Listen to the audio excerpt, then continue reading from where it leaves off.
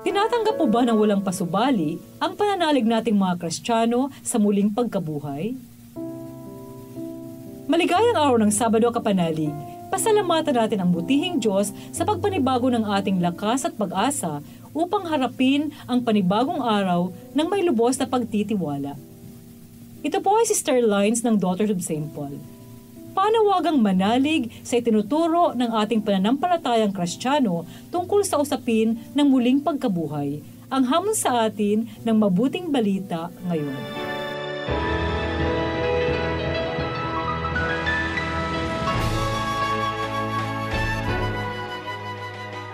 Lumapit ang ilan sa Saduceo na mga taong tutol sa pagkabuhay at itinanong nila kay Jesus, Guro, isinulat ni Moises para sa amin, kung may magkakapatid na lalaki at mamatay na walang anak ang isa sa kanila, kailangan kunin ng kanyang kapatid ang kanyang asawa para magpasibol ng supling sa kanyang kapatid.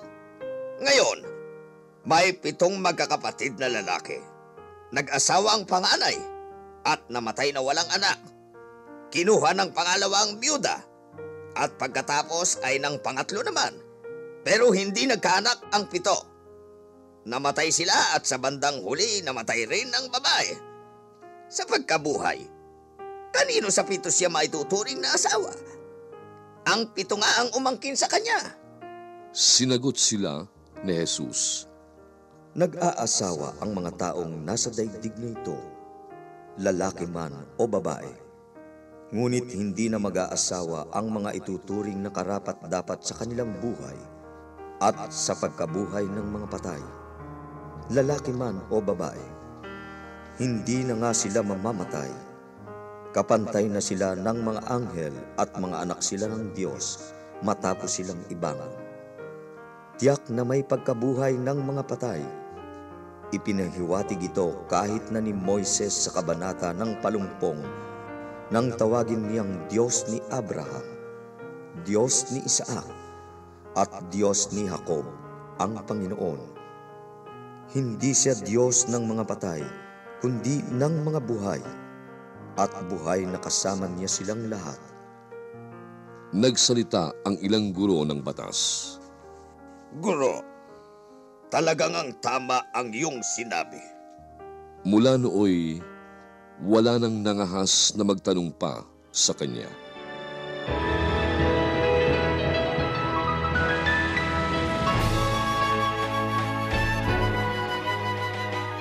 Mapagpalang araw mga kapanalig, ako si Sister Didi Alarcon ng Daughters of St. Paul, kasalukuyang naka-assign sa Archdiocese of Cáceres.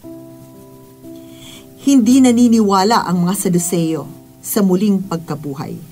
Sinubukan pa talaga nila si Jesus upang patunayan ang katotohanan ng muling pagkabuhay. May mga pagkakataong nagiging Saduceo din ang ating pag-uugali sa mga bagay-bagay na ipinipilit natin ayon sa ating paniniwala. Sa aming pagmimisyon, marami na rin akong nasumpungang mala Saduceo ang pananaw sa buhay. Hirap buksan ang mga mata sa mga paraan at katotohanang itinuturo ni Jesus. Tumataging palayain ang puso sa pagkaalipin sa pansariling kamangmangan at saradong kaisipan.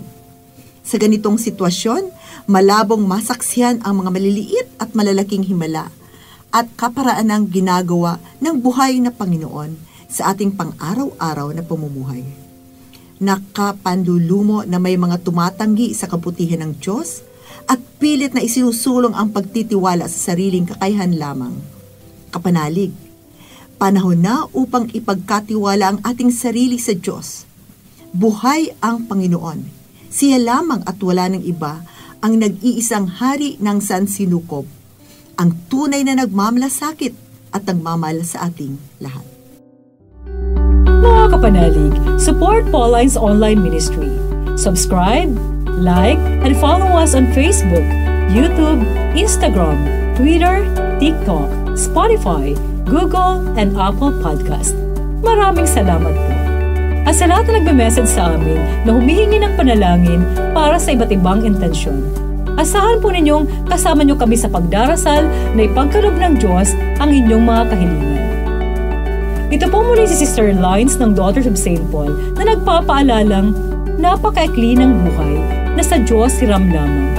Gamitin ang bawat sandali sa paggawa ng mabuti para sa kanyang kapurihan.